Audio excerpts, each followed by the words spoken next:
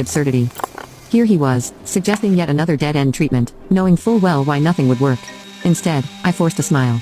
Maybe you're right about waiting, I said, watching his reaction carefully. Leaves very little We could take a break from trying. through the mask, which is pretty The incredible. relief that flashed across his face was subtle, but I caught it. I think that would be good for us, he said, reaching for my hand. You've been so stressed lately. Stressed, right, because that was the problem, not his secret vasectomy. Over dinner, I let him dominate the conversation, talking about his day at the real estate office, nodding at appropriate intervals. All I could think about was the call I'd made to Sarah while he was at work. She'd given me the I'm name using a of an slightly excellent modified divorce miter attorney gauge here and that I advised put me a to start fence on so that I can gathering safely push financial this wood through using the fence on the table I saw said as a carefully, reference. pushing my food around my plate. Maybe I should move